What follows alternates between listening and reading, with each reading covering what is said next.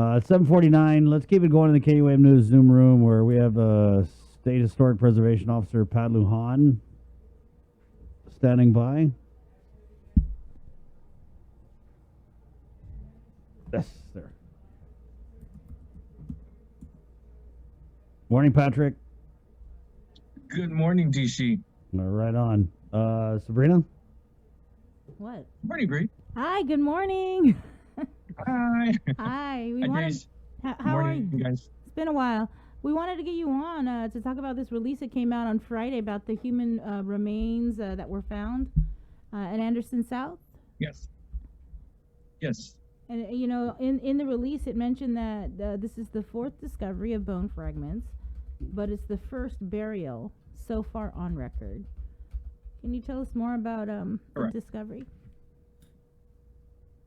So this is, the familiarity of Andy South. You can access it either the back road. I think most people understand Andy South as the back road, but you can also access it from Marine Drive, right? So this area is basically across the street from the golf course, GICC, on the right side, the old Mokfog Deredo. And so part of the construction of the training sites for the Marines, this is in particular the convoy training course that they're clearing out. And so in January, they initially came about a bone fragment, so to speak, and that initiated more investigation into the area. And last week they found a burial. It's still in the preliminary stages. They're still doing some clearing, but they did report it fairly quickly within the time frame that we put on them. We went out immediately to take a look at it. And so it's still undetermined on the gender, the age, the approximate time frame. So those are still being looked at right now, but once we find that out, we can put out more information. Mm-hmm. Is there any preliminary determination as to what time frame? No, not right now. It could be.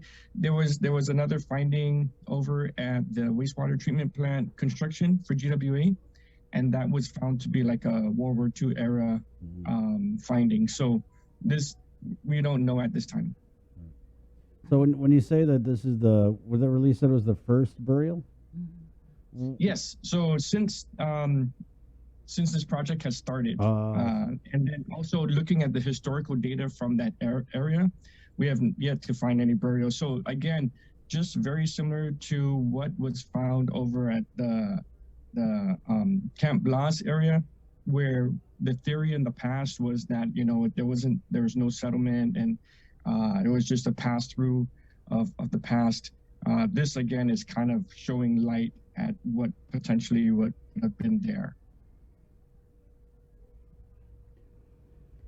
And how long does well, first of all, has the construction paused or just continues on? In that area, it paused.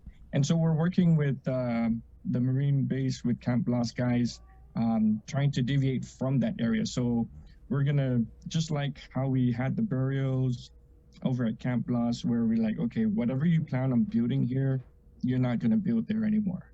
You're going to have to work around that area.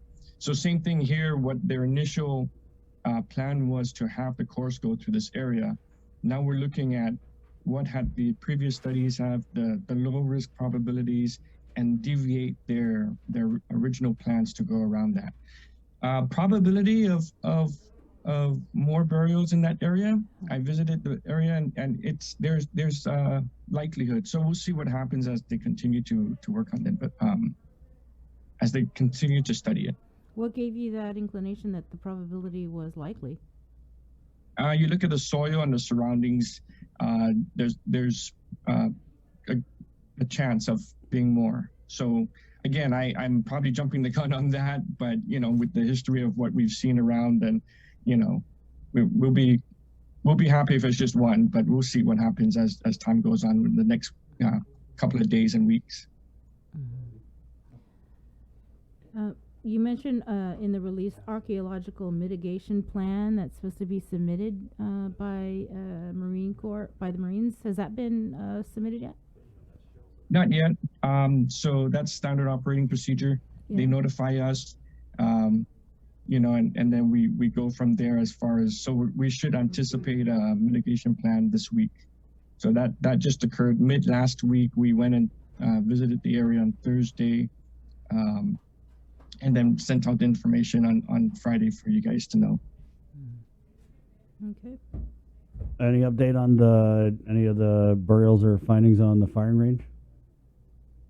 So we are moving forward with there has been no new ones. We are working with them to have the monument built. So that should be a good thing. And I am aware of them still trying to develop, them being the Marines, trying to develop a like a cultural center at the front of the entrance to the gate. That was not placed. That was not part of the programmatic agreement. That's something that came about with you know, from special interest groups, and recommended there. I know they're working with the Guam Preservation Trust on the design. So I know they put in for funding for that. That was something that came about within, you know, from working with them from the beginning, the last 10 years. Hopefully the funding gets approved. It should. I mean, you know, I think it's only right for that to be rightfully funded. Right. So would this be separate and apart from the one? Isn't there also going to be one built at UOG? So the UOG one is the repository, Okay, right? gotcha. So all of the findings and artifacts is supposed to go to the repository for proper curation. This one would probably go to the repository first, and then the pieces that are presentable would go into the visitor center. So it's close by to where it was found. Pat, you know, so when with that preserve in place thing, when they find the burials and then they go and they study it, you know, from the archaeological standpoint, what happens to the findings? Are they also forwarded to that repository, and then, you know what I mean, like the findings, like, oh, it was, you know, determined it's this old, it's from this era, this is the type of life they Are you lived. talking about artifacts? Right, yeah, and just the fragments and because when their archaeologists study these things, I'm just wondering what happens with the findings of those studies. So the process is that the archaeologists would study it, send the reports to us. Eventually, it's supposed to be handed over to the Guam Museum for curation. In this case, with the agreement that the military has with Gov Guam, is that they were to build the repository, in this case up at UOG, to offset the load that the museum would have had incurred if, you know, with all the construction that's going on. So that's the basis of that repository. Any other? But still working in hand with the Guam Museum and with us, right? And as far as the proper documentation, the proper curation, the proper where it's going to be, you know, because, you know, at the end of the day, the presentable artifacts should be open to the public, and, you know, that everybody can learn from.